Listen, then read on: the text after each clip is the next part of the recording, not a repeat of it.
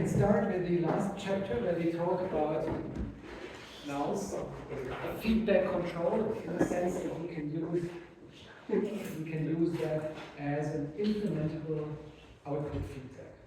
And the first thing that we will do is we combine the Lundberg observer with the pole placement static state feedback we've developed in chapter 2. That would be the natural choice.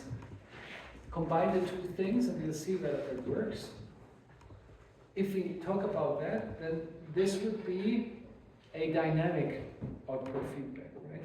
So if you basically write down the equations of our controller, this would be a dynamic output feedback because the controller, maybe I can write this down.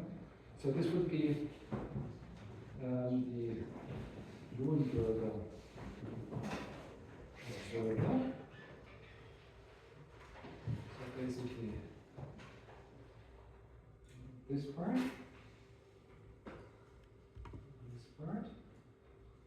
plus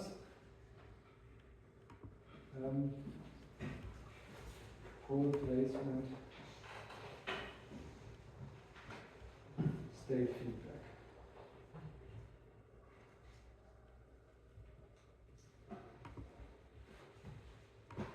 And this would be this part.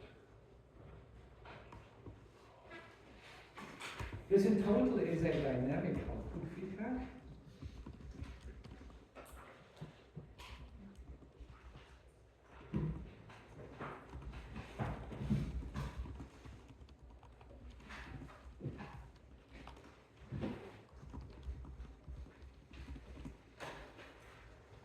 So this would be, in a sense, a dynamic output feedback, and by that I mean that in contrast to the static feedback law that we have for the Gilbert placement controller, we now have something which again satisfies a differential equation, a state space representation. So the plan would be the x dot equals ax plus bu, y equals, again, CISO non-fictive, but works similar for that. And we have a controller, which would be x tilde dot, is a x tilde,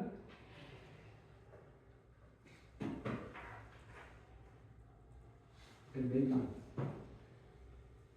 u equals minus ktx comes in here. Maybe I'll write this down here directly. B, possibly plus some new reference v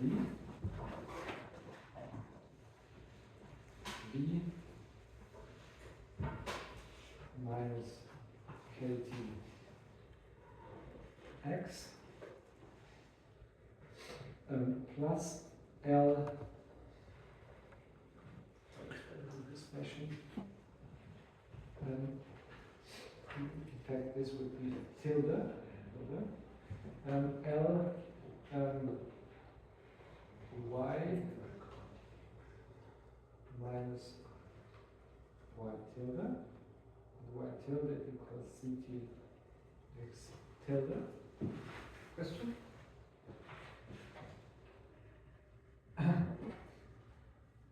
So, in principle, this would be a system which gets the reference v as an input, and if you want, it also gets the x tilde as an input, and it has as an output y, and this one, this is the sigma blend, and the sigma controller, this would have as an output the y tilde.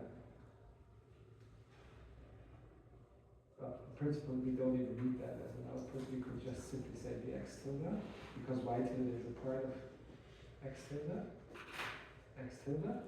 And as an input, it gets possibly V, and it also gets Y. That's how we interconnect them. Okay, that's why it's dynamic. It satisfies a differential equation, a state differential equation, and has an output equation, has its own state, the controller. Okay, that's what we get here. Another question is, does that work? Okay, prerequisite is already known. For pole placement, we need controllability of the plant, and for the Leuenberger observer, we need observability.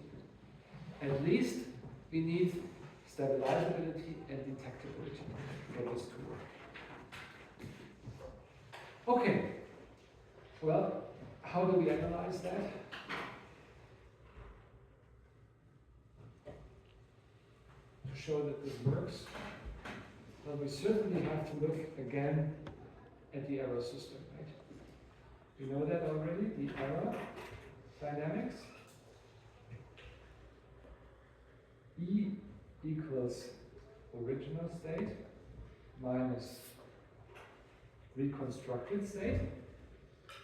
And in a similar fashion as we did for the Leuenberger observer, the dynamics E dot, they would then be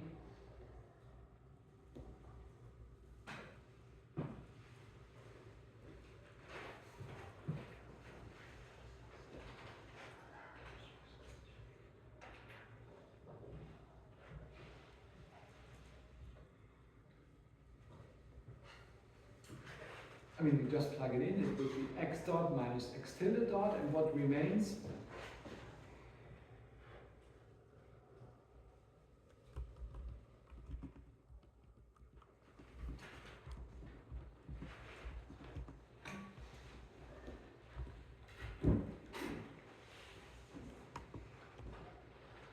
If you plug this in and you subtract the two, you will see that we have again the a x minus x tilde.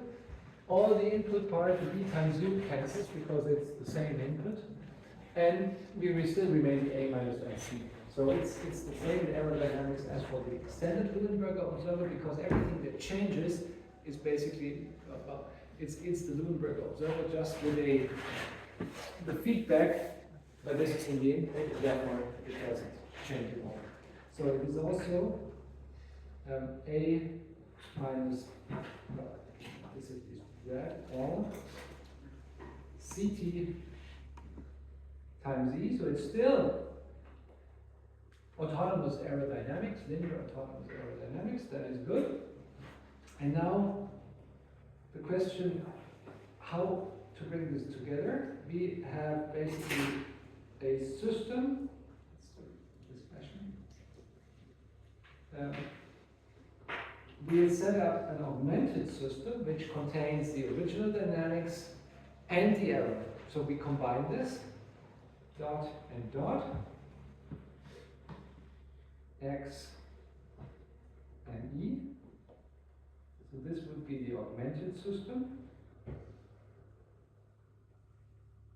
or if you want a closed loop. And now plus the input v. And what do we get there? We plug in our original dynamics, what should be in here. Well, let's start with the easier case. Let's start with the E dot dynamics. We've just derived that. E dot dynamics are just the A minus LCT here. Right? LCT here. 0 there. And what do we have to write into the top row?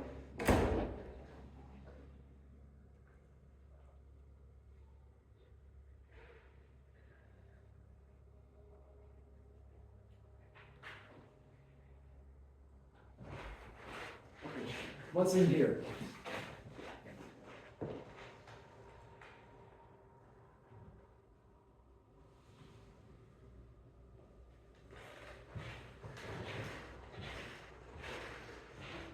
How do we have to assemble this matrix? I mean, can already indicate that this would be again a block structure. What's the upper block? Upper blocks. Just look at the plant with the black plant with the blue feedback.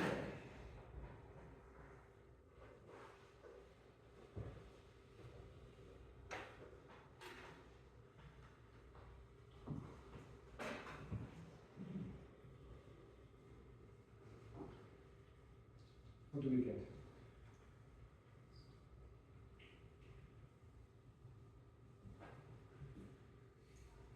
A plus B UX transpose. So we have basically A times X, right? A times X plus a B times V minus KTX tilde. But the X tilde is nothing that we need here. We need X or E, so we have to express the X tilde in terms of E and X. How to do that? Well, what is X tilde? Maybe we should make this in red here.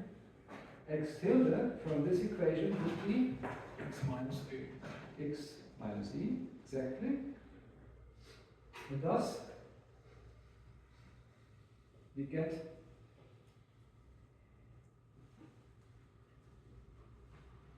A times X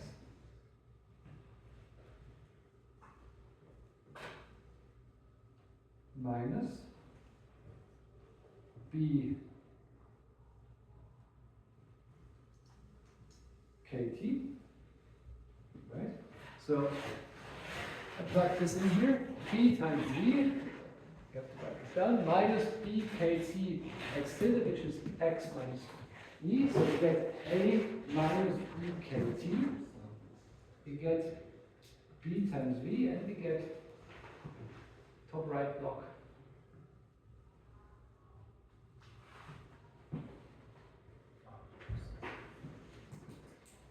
What do we get? Someone, please. Just plug it together.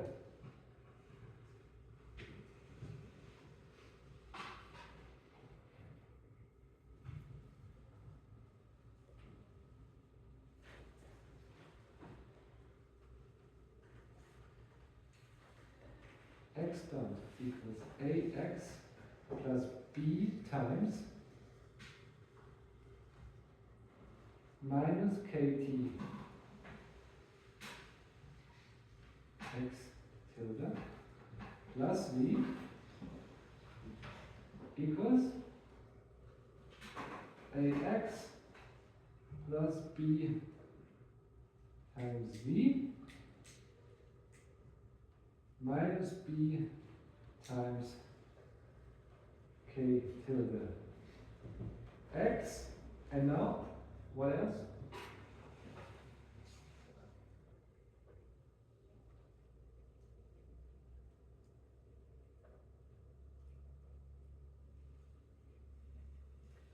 Plus B times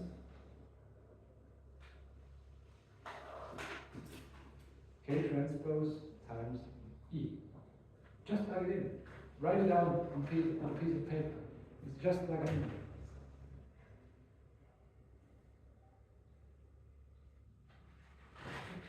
For this U, you take this expression, and for this X, you take this.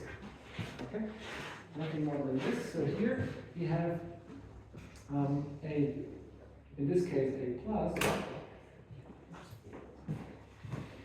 plus B times KT.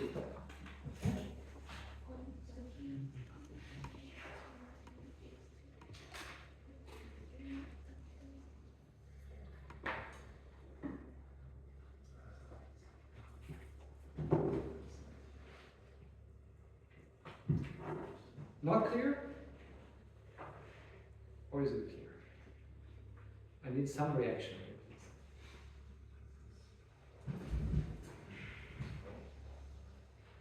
Yes or no? Yeah? You can of course say no. There's no. I can try to explain it again, but if you are all satisfied, then I don't know. Explain it anymore. Good. Okay, so that's what we get. These are the dynamics of the augmented system. Lundberger observer and the static state feedback for pole placement. Now Now, what's the consequence? How does this work? Or does it work at all?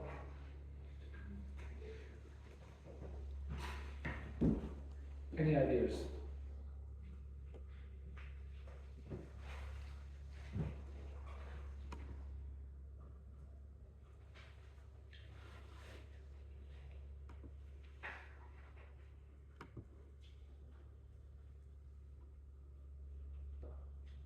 What can we say about these dynamics? The error is not affected by our input. Exactly, so it's still autonomous if you want. This is exactly the form that we had before when we transformed this into the Kalman decomposed form, yes? So what about, this should work, right? This should be at least asymptotically stable. Is it asymptotically stable?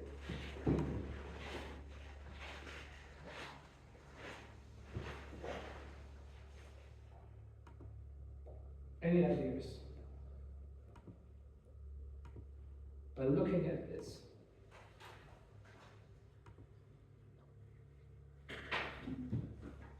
So does the error go to zero or not? Is it asymptotically stable, the error?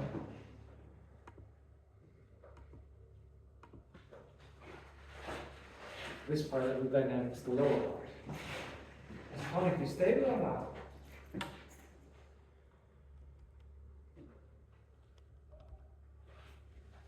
It has to be, otherwise we cannot stabilize the system. Okay, yes, it should be stable. And how do we achieve that?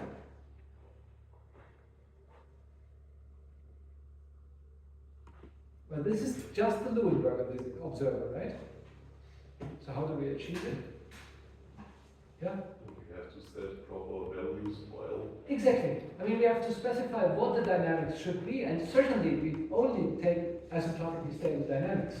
Okay? So A minus LC, this is just the design of the Leuenberger observer, and this is the autonomous dynamics asymptotically stable, so case closed, right? So for this part, this is the Leuenberger observer. So look at chapter 2, this is the design that we did there. So this is the Leuenberger observer. Asymptotically stable. Now what about the first part? The actual dynamics, the X closed loop. Stable or not? Asymptotically stable. Or can't we make any statements here?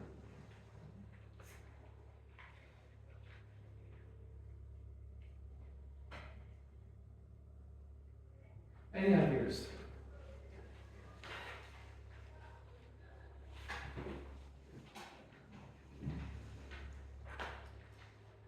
Any ideas?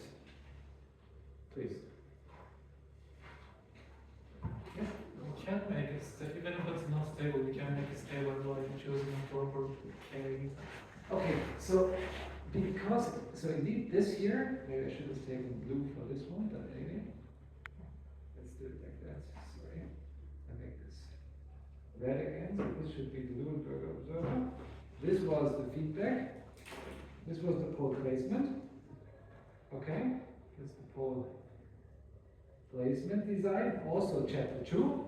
And now, since we have a block diagonal structure here, if you take the eigenvalues of this whole thing, this big A augmented A matrix, what are the eigenvalues?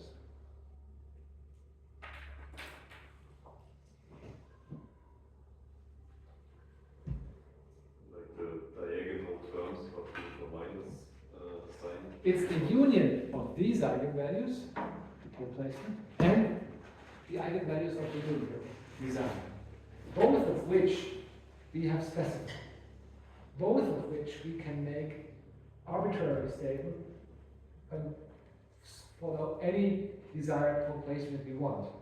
Right? In both cases, we have total freedom. And the augmented closed loop system basically has a dynamics, which is the combination of the two, or if you want, the union of these eigenvalues and these eigenvalues are the eigenvalues of the whole thing. So, this means that we can independently design the pole placement and the Leuenberger observer, plug it together, and it is guaranteed to work. Rule of thumb, make the Leuenberger observer faster than the core placement so that the convergence of the reconstruction is faster than, let's say, the dynamics of the stabilization. Okay? That's the only rule of thumb that we should satisfy. Otherwise, in practice, we might run into problems. Of course, in practice, we know that we are somewhat limited by input constraints as to how we can assign the poles here and probably also there. But theoretically, this is guaranteed to be stable, asymptotically stable, as we want. And the benefit is we can assign this pole placement separately from the Leuenberger observer. First, you design the pole placement, then you adjust the Leuenberger dynamics. We said 3 to 10 times faster than the pole placement. Plug it together, and this will work. Okay? And that's what we call the separation principle. These two, if we combine them, can nevertheless be considered separate. And it's guaranteed to work. Only in the linear case. In the nonlinear case, this is not true anymore. Okay, so in the nonlinear case, we'll have problems guaranteeing stability. Certainly, it's not guaranteed in general, but here it is guaranteed in general. Okay? And that's why this scheme works and can be applied. And as mentioned already, some of you will do that in the projects. Even works for nonlinear plans. Okay? So this is basically what we mentioned here, the theory there. And I've written here, if you compute the poles, it's just the product of the two determinants due to the block structure.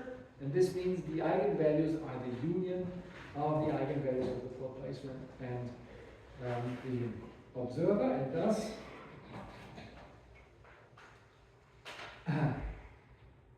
separate designs for pole placement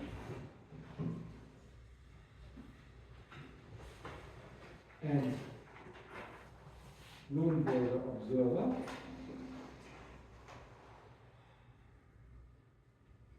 and I write here rule of thumb from the 3 to 10 times faster than pole placement, PP. Separate designs possible, and the interconnection is guaranteed to be asymptotically stable. Okay? Guaranteed to be like this. Guaranteed to be stable. That's the separation principle, and that's the benefit of this in the linear case. That's why it's a powerful principle. And we will see this in similar forms. We can even make an optimal design for this. But then we have a couple of issues in practice. I'll mention them next time, certainly. Okay? But did that get clear? So that's how we work. Combine the two, and this, yes? Why do I need to combine this? Like, as you said, first I place the poles for the system, and Yeah. then I design the Leuenberger observer to be 3 times or 10 times Yes. faster. But if I take the determinant of this whole Yeah. block structure, what does it tell me? That the closed loop is still asymptotically stable. So the error of the reconstruction goes to 0, and the closed loop system, so the dynamics of X in closed loop, will also go to 0 asymptotically. Both asymptotically stable. It's the augmented system. Right? It's the closed loop of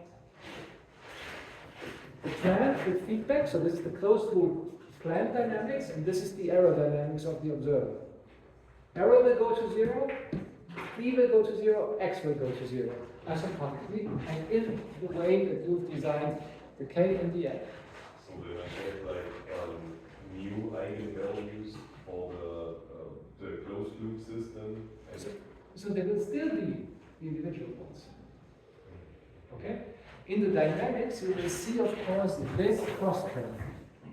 Okay, so the error of the observer will still affect the trajectory effect, so it is not the same as the state feedback case, which would have been this, right? This would have been state feedback. Now with the observer, this term comes in, but nevertheless, it is asymptotically stable guaranteed. Okay? So the new eigenvalues from this whole block structure, they just tell me that it is asymptotically stable, but yes. They are not defining like the system. Well, these are the eigenvalues. These are the eigenvalues of the closed loop, okay, and these are the eigenvalues of the observer. The only thing is that apart from the reference input, our plan gets kind of as a disturbance the error, and therefore it will not be the same supernised dynamics as for the state feedback case, but which we can only implement theoretically. It will be a little bit worse in terms of performance, but nevertheless the eigenvalues are fixed. The E is kind of a disturbance, if you want, or the X tilde is kind of an second input to our plan, and that affects the dynamics in the sense that it will take a little bit longer, but not the stability. Okay, it's kind of a disturbance, if you want. Okay, I show it to you in an example. Okay. And further questions, of course, if you have them. But so I'll try a compensated design scheme here. So I use an RLC with only one resistor here. Okay, so these are the dynamics that I think I've given on some of the slides. Controllability, observability, I check. I do a pole placement here. I have some numerical values there. And then I do the state reconstruction. I do it first with 10 times the poles of the pole placement, and then I'll try some other things. And then we'll look at that.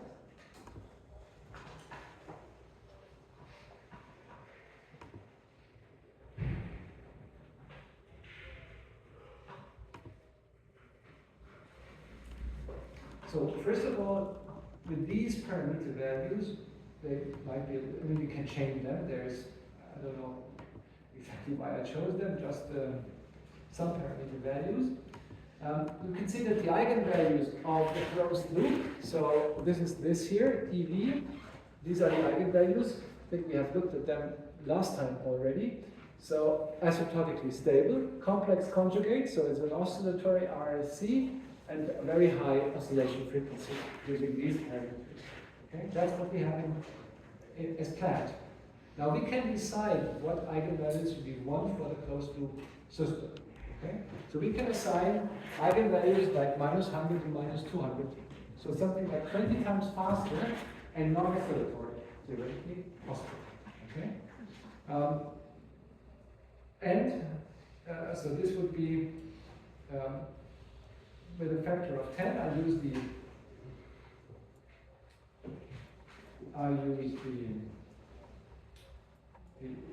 Nürnberg observer, and now that's what I get. I've simulated this with a reference input where I have probably should come to this because I also have the n in here. I'll talk about that in a second. But so I basically have a reference here already, so this reference is basically something, what did I do with this random? Times 0.5, so it's relatively small. So what we can see is, first of all, performance of the actual state of the plant. I can simulate that also. Starts here at some initial condition. Observer doesn't know the initial condition. It has to first converge. This takes, in this case, a couple of milliseconds to do that, maybe 5 milliseconds or so, maybe here closer to 10 milliseconds. And then I can stabilize this at a reference. I can do also a zero state stabilization. This is already a reference tracking. We'll talk about that in a second. And if I change the reference value, I still get asymptotic behavior, so I reach this. And the question is, I can of course adjust the speed here, so if I basically in my pole placement, if I make this a little bit slower, I'm not sure, did I show the input? Input, this is the input view. Okay, so in this closed loop I don't have it, but in the tutorial you will see what the actual control input for the plan is. So the thing is that these 100, of course I make it quite fast, and this will mean large inputs to the plan, possibly cut off by saturations. Then we cannot place this in practice at such large levels, but we can certainly try to make this not oscillatory. Now what we should see is that it takes longer for this to converge. Okay. Okay. Okay, so this would take much longer, so I'll take the time, maybe I take 2 seconds, sorry, so that you can see it. Because here, in fact, we see that reference tracking is not possible within 0.1 second, but hopefully within 1 second, otherwise we have to still this. Okay, so now you can see it. So rather than, let's say, 10 milliseconds, or was it maybe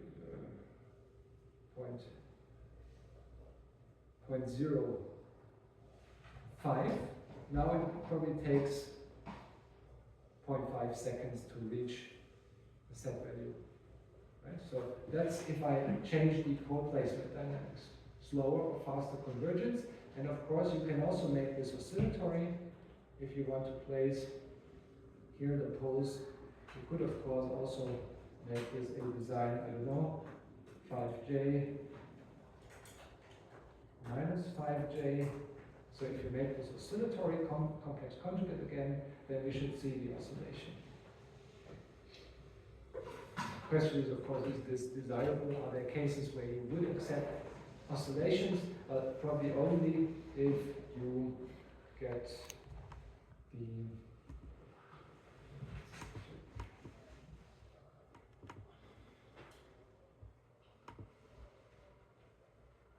only if we'll check it here.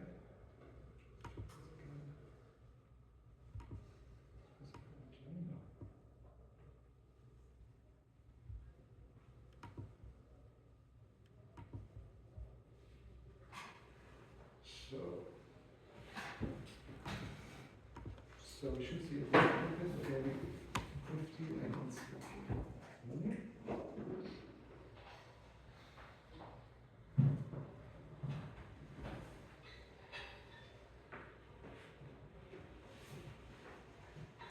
Now we can see at least the oscillations. Probably in the other case the amplitude was too slow, but now you can see that this indeed has some oscillations around the set point.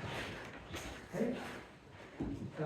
If I want to now look at the observer in combination, so here I have the factor of 10, right? If I reduce this to 1 and I still go to the non-oscillatory case,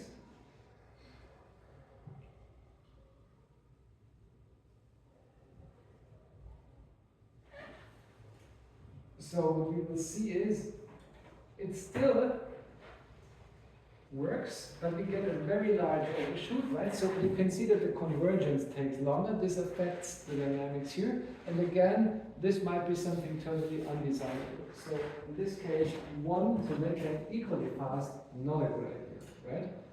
And what could be even worse is if then we make the observer slower, then let's say much slower than the pole placement.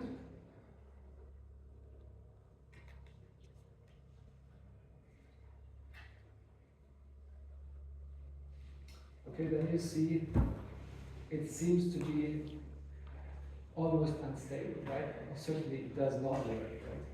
That's what you get. So it would take a really long time until it converges. But I think intuitively it is clear that you need the reconstruction, the convergence of the reconstruction before you can feed this back, because otherwise you take the wrong state and feed it back.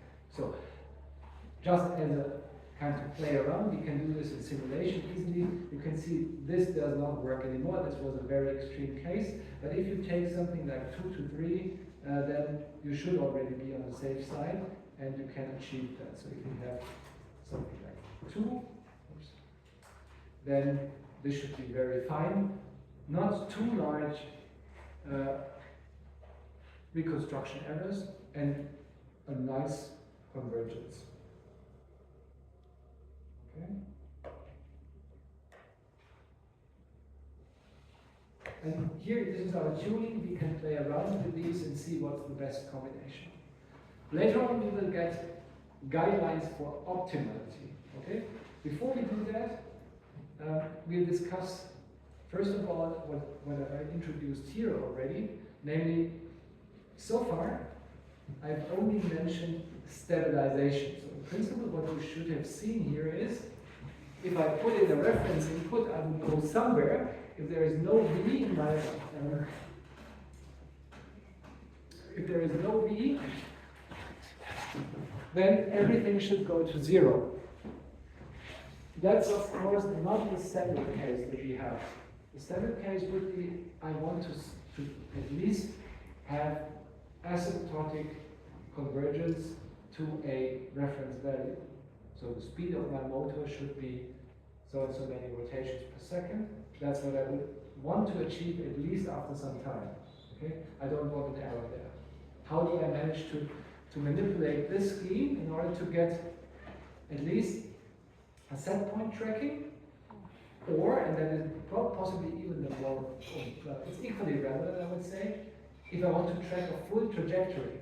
So not just a reference speed, but maybe a trajectory that I want to follow. For example, a parking maneuver where I have a certain steering angle trajectory that I need in order to park. How can I do that? So extend this to these two cases. So I basically have stationary set point tracking. This would be the case A. So that would be, for example, speed control of motor, speed control motor, something like that. And that would be, the second case, a trajectory tracking. Second case, not, so this would be only reference inputs, right? In both cases, one with a compensator, the other one without a compensator. So in both cases, we want stationary reference tracking.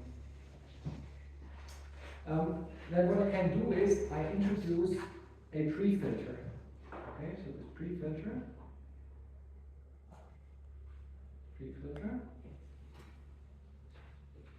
It's just computed in both cases. This pre-filter will satisfy or will achieve the stationarily, we don't get any error, provided that we have no modeling errors. One idea here to achieve that also would be an integrator loop. Basically, so basically the outer integrator loop. So you can have the set point tracking. You look at your the V, you take your actual Y, and you design an integrator there, and feed this back as one additional input to the system, feedback input, okay? So that you then have even steady state tracking in the case of errors. This can be designed by standard methods, you know that. If you don't, so I'm just looking at basically a feed-forward gain. If you want a pre-filter, this is equivalent to a feed-forward static gain. Meaning that I set a constant value determined on my reference such that I get steady state tracking. How is this done? I only show the state feedback case, as you see, and if you multiply this out, in fact, The case for the compensator design is just the same, because if I look at the structure, I get the same result. So I only do this and show this. You can do the same calculations for the compensator scheme. So the derivation for pre-filter gain without observer, so basically pre-filter gain for state feedback, and indeed it's the same gain, just a little bit more lengthy derivation. What we want to achieve here is, so the goal is our y for t to infinity should be some reference value v constant. Okay? Constant reference tracking. That's what we want to achieve. Now, how can we do this? If I want to know what is the stationary value of my output, how can I compute stationary value of my output? How can I compute the limit t to infinity of some y of t?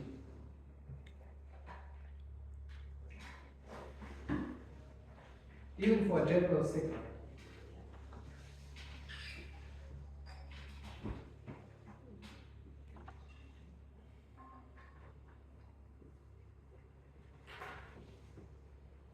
Think about frequency content. What is the frequency content of t to infinity? What do we see there?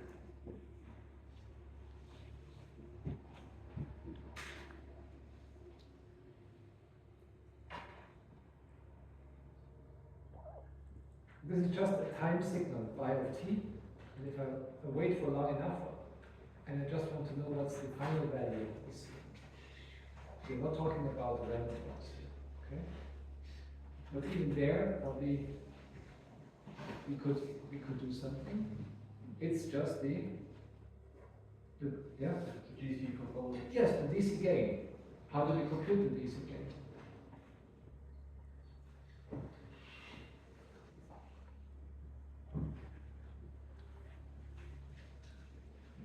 Well, you know your Laplace, right?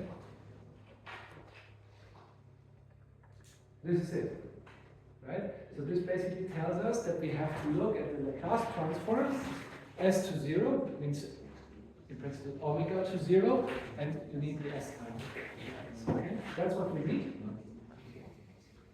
Now this is our state feedback. Just let me remind you, x dot equals ax plus b, and now we have, again blue maybe, a minus k transpose x plus some n times v. Okay, that's what we have. And y equals ct x. So, what is my y of s in this case?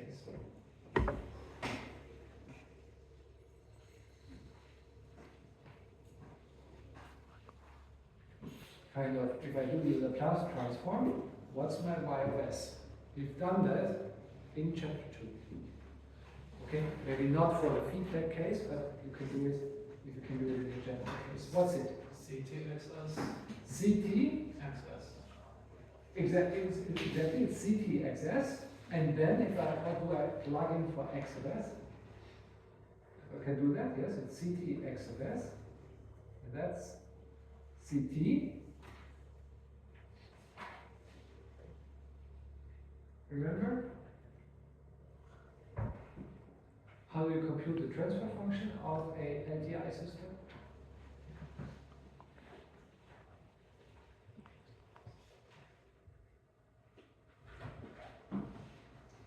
Laplace transform of the differential function multiplied by s.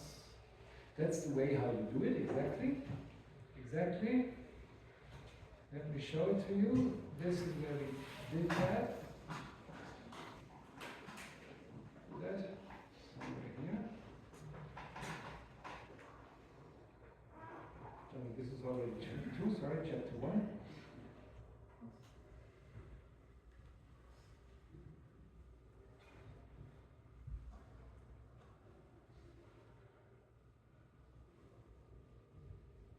here, I mean, it's already written, this is the expression, right? This is the transfer function, this is what you need, right? Derivation is up here. Here we did everything, right? So these are the steps here in red. Okay? So how does this look here? In our feedback case.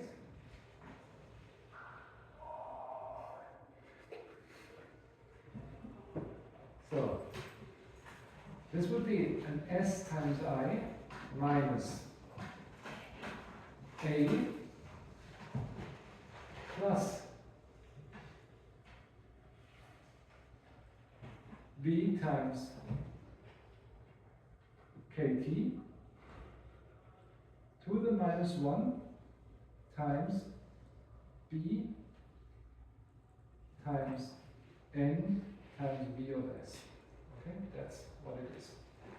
Check the derivation over there. You just take a Laplace transform of this here, and then you plug it into this. Okay, that's what you get. So, what we do is basically a limit S times CT SI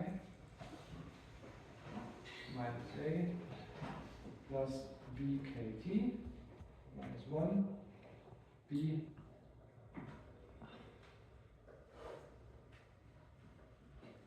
times N times V of S. Now, if our V of T is a constant reference, what is our V of S?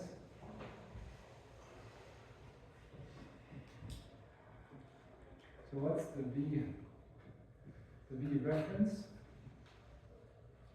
of S? Also constant. Okay, I could say it's the constant is V ref or whatever it is, but that's not the Laplace transform. So it is a constant in time. In the Laplace domain, it is then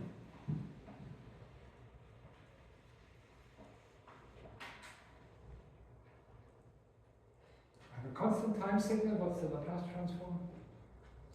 I have a step input. What's my Laplace transform? 1 over S. 1 over S. So that's what we get. Now you can see S to 0. I have this S. I write it down one more time, okay, just to have some fun in writing down this. Minus 1 B. I have the KT. I have the SI. And I have the N times V ref by S. Now, if I take now the limit, what happens? Well, first of all, this S and this S cancels away. Always the same trick. If I want to know stationary value of a time signal, and this is a step input, then naturally, otherwise I don't have a fixed stationary value, then this always cancels. And what happens to the rest? Well, this basically the S times I goes to 0, right? We have set it to 0. So this is nothing but a CT minus A plus B KT to the minus 1 B times N B reference. KT is missing. KT.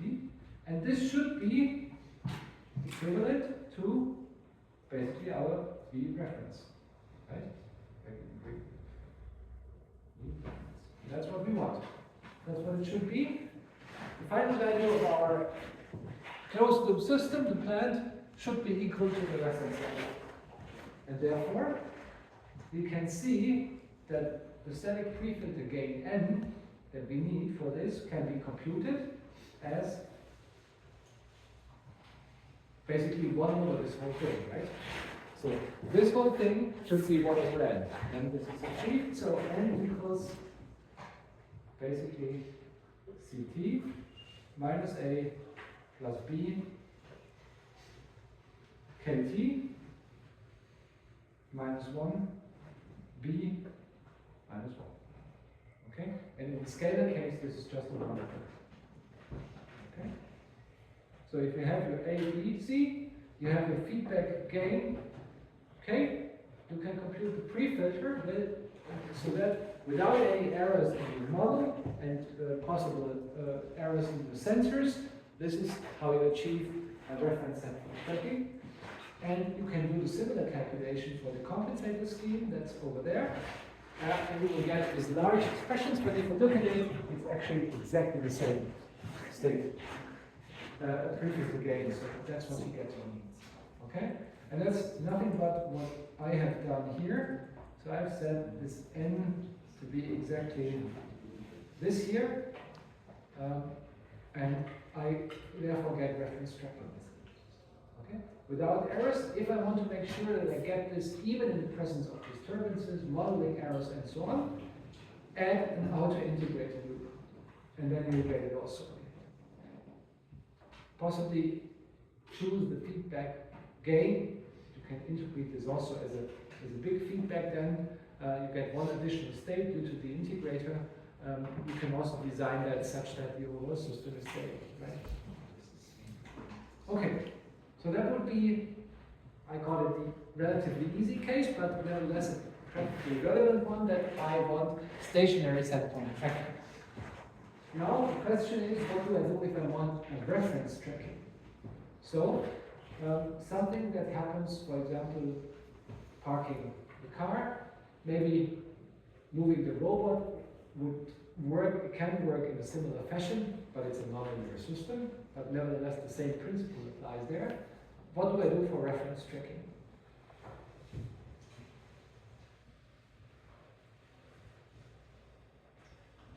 There are several options.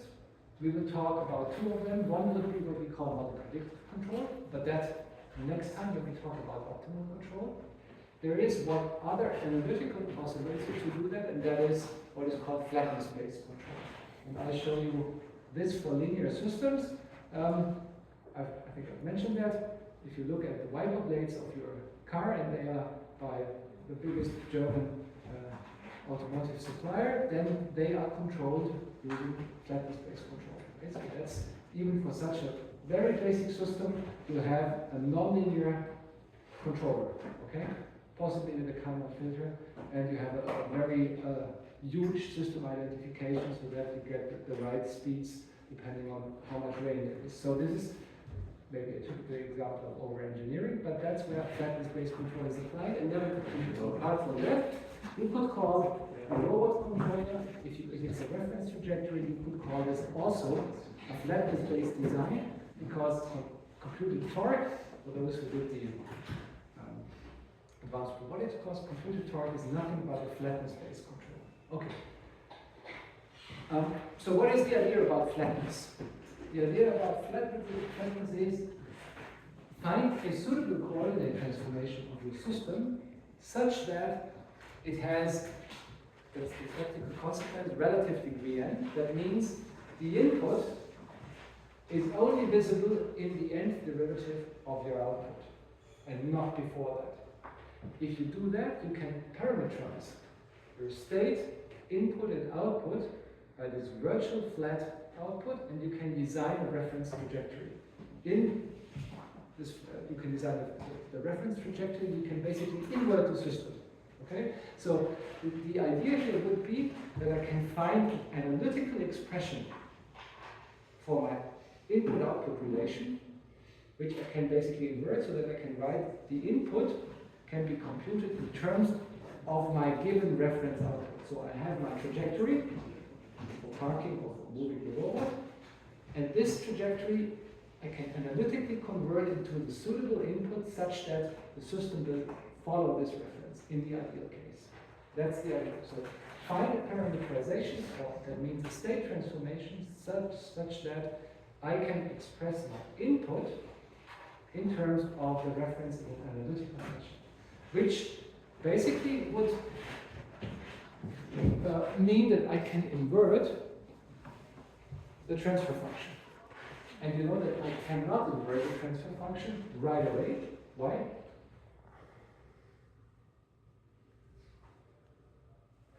The transfer function is basically the relation y of s over u of s. So if you know your y of s, because it's a reference trajectory, you can transform it into Laplace domain. You can compute the u of s from y of s by g minus 1, right? But what is the problem with g minus 1? Why can I not simply invert it? Because it's not causal, right? M is typically less than n. I cannot invert this. This doesn't work as a dynamic system, so I cannot do this, right? Online. It's acausal.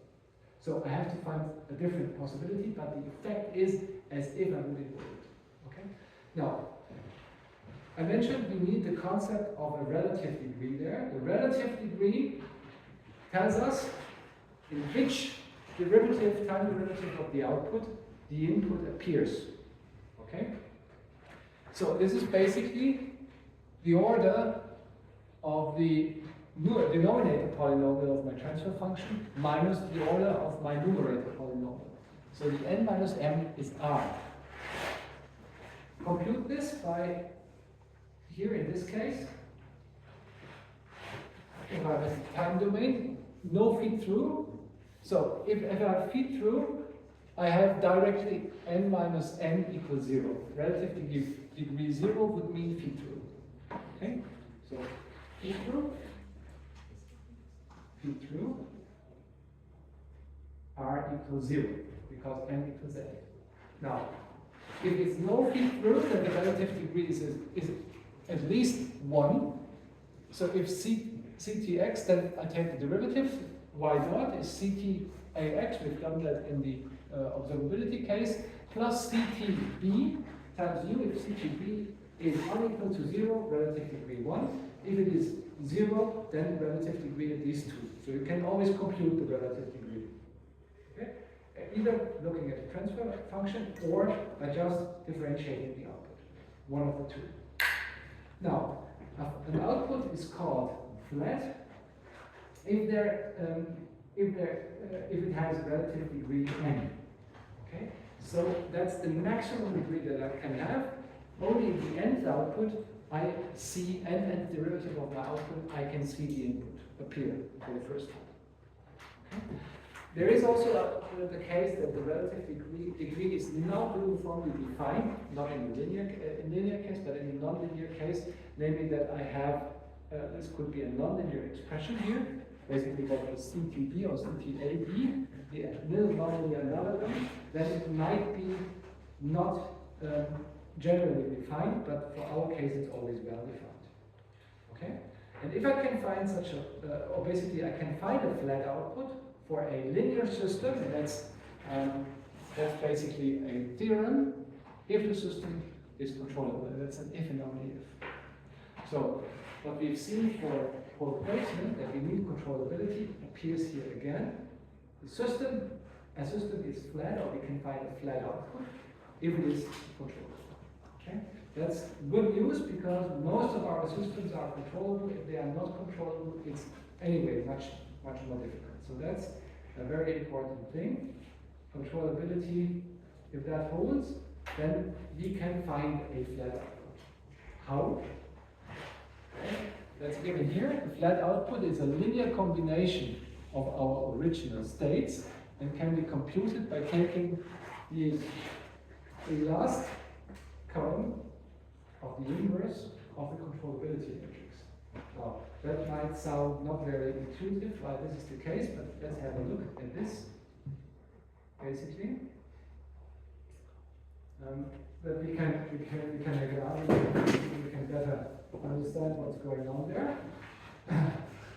So, if I look at my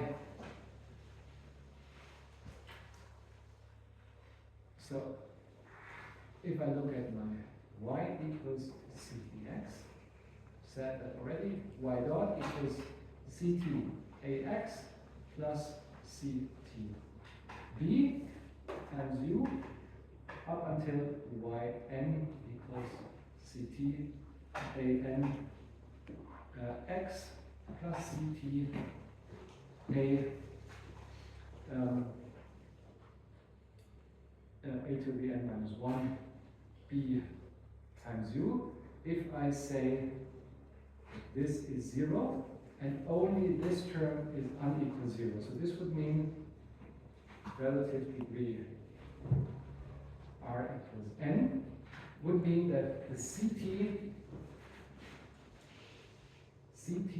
AIB equals 0 for I equals 0 up until n minus 2, and only CT AN minus 1B is unequal to 0, right? Because if I differentiate relative degree 1, this is unequal to 0. Next one would be CT ATB, so that is unequal to 0 at relative degree 2, and so on. And if I want relative degree n, then all these Markov parameters have to be 0, and only this one should be unequal to 0. Now, how can I find such a output for which this holds? Well, if you check then, what I basically have is the CT times B, AB times AN minus 1B should be 0, 0, 1, right? That's what I want. Or some value, in fact, I could say x, but for simplicity, I could take this to be 1. And thus, if I now call this not the general C, but I call this a mu, okay, then of course the mu, this mu that achieves what I need, is basically 0, 0, something times, and what's that?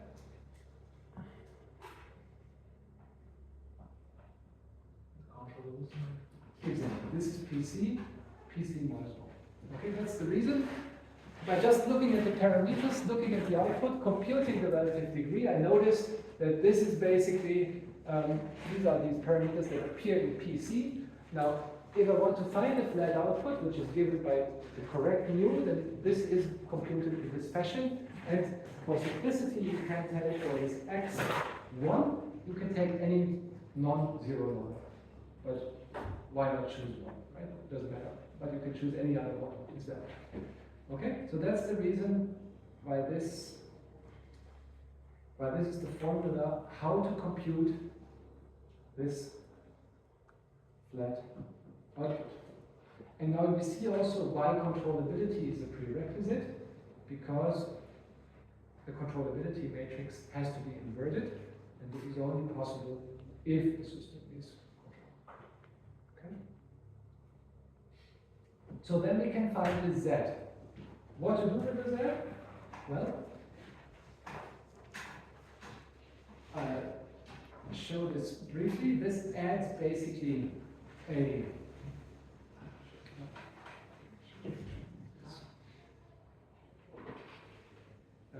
this basically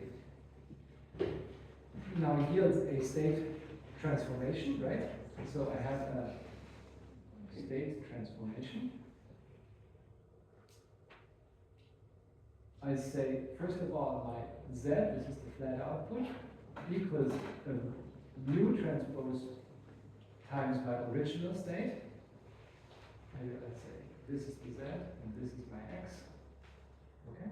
That's the definition. Mu can be computed in this fashion. Then I have a Z dot, which would be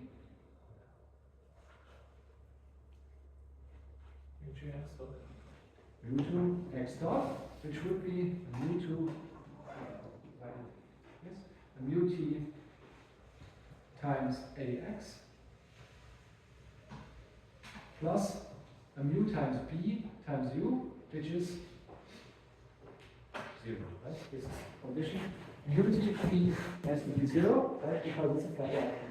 So this is the first state. So this, you could call this the Z1.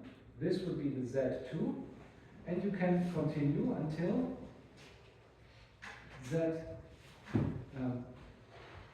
so the n, or maybe I write the n minus 1 also.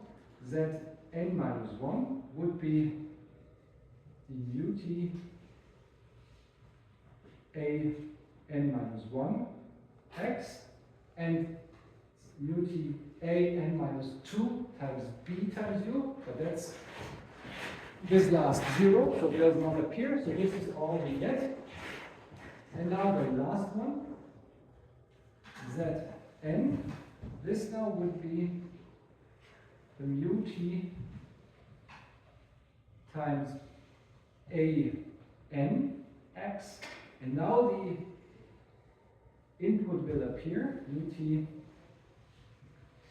a n minus 1 b times u, where this could be z to star, but if we set star to 1, then this would be 1, right? So this is then u. This would be the nth state, and that would be the differential equation for the last state. What you see here is just again a chain of integrators if you want. So the state transformation matrix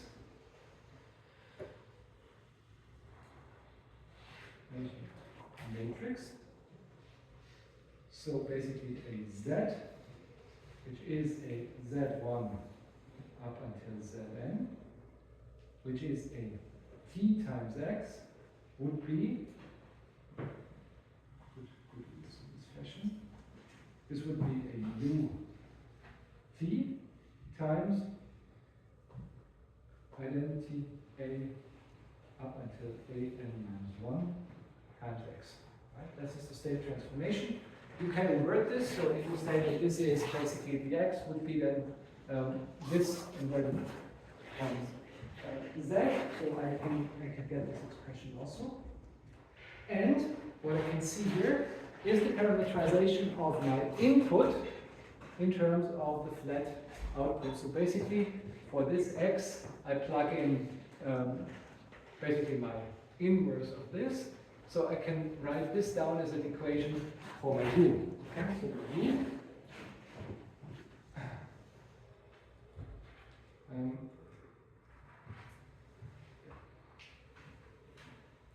So this is a parameterization of the input by the flat output. Okay? Because I plug in the z by using the t minus 1. So for x I plug in t minus 1 z, then I get the parameterization of my input as output. And the last thing that remains is the output. So my original output y, this is a c times ct x, and now for this x I can again plug in the t minus 1 times that z, and this is my output parameterization. Summarize this here, so you basically get this here. This would be the parameterization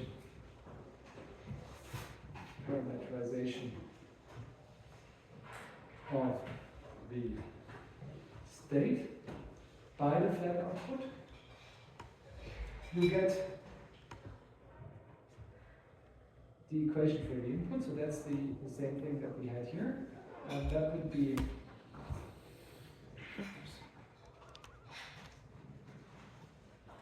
the parameterization of the input.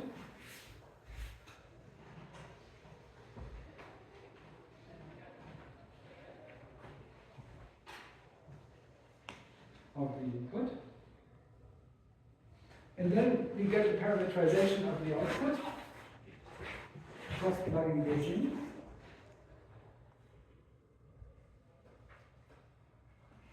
So this here, how is that? This is the parameterization of the output. Parameterization of the output.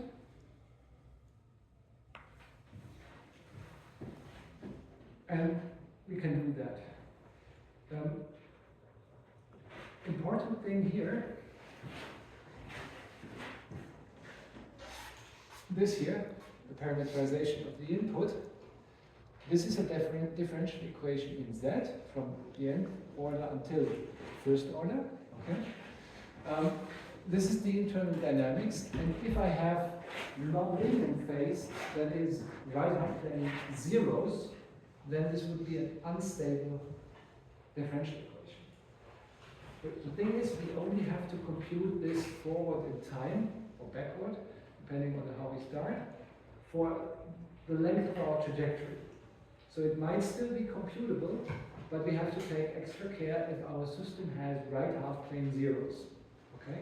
Because then non-minimum phase, and we would have a problem of solving this ODE then potentially.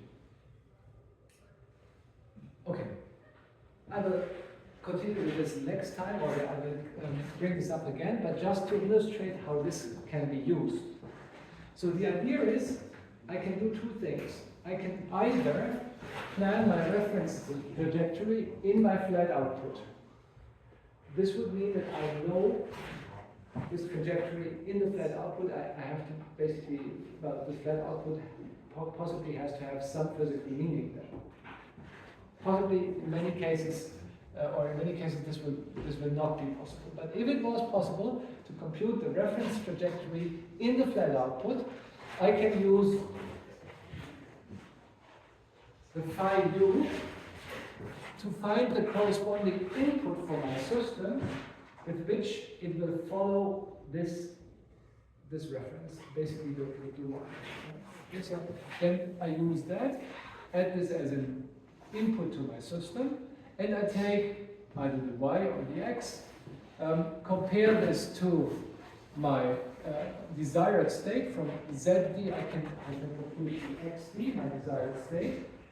That would be possible using the phi x. So if I have z desired, I can compute x desired. I just want to do this.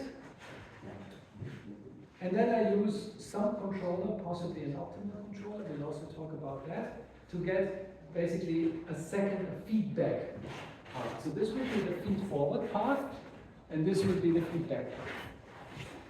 Illustrate that here. So this would be the feed-forward. This is the feed-forward.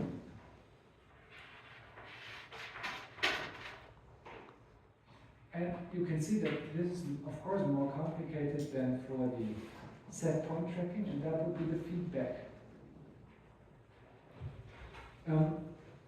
If this is not given, and I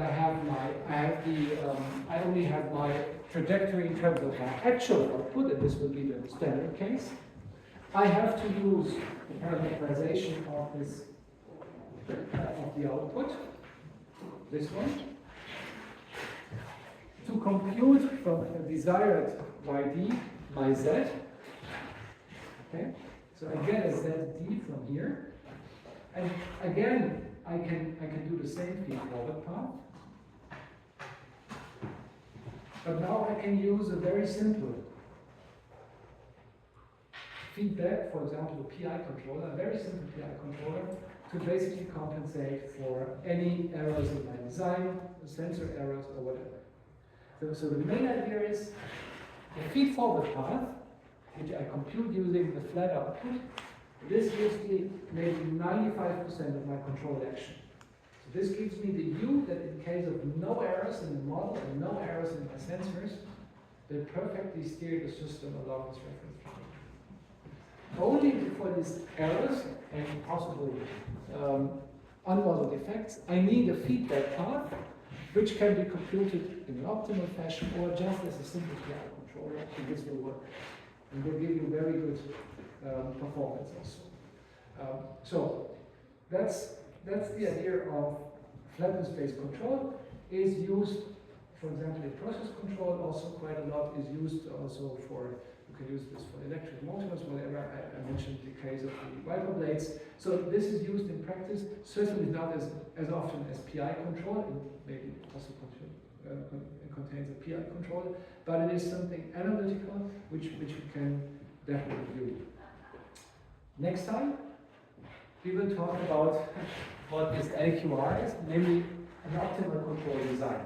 This will include, let's say, the standard case, the linear quadratic recognition. We will look at the Kahn-Filbert as the optimal state reconstructor, combination of the two, and possibly also model predictive control as a universal scheme for optimal control, which you could also use for this problem that you want to basically find a controller that achieves a reference tracking of a full trajectory.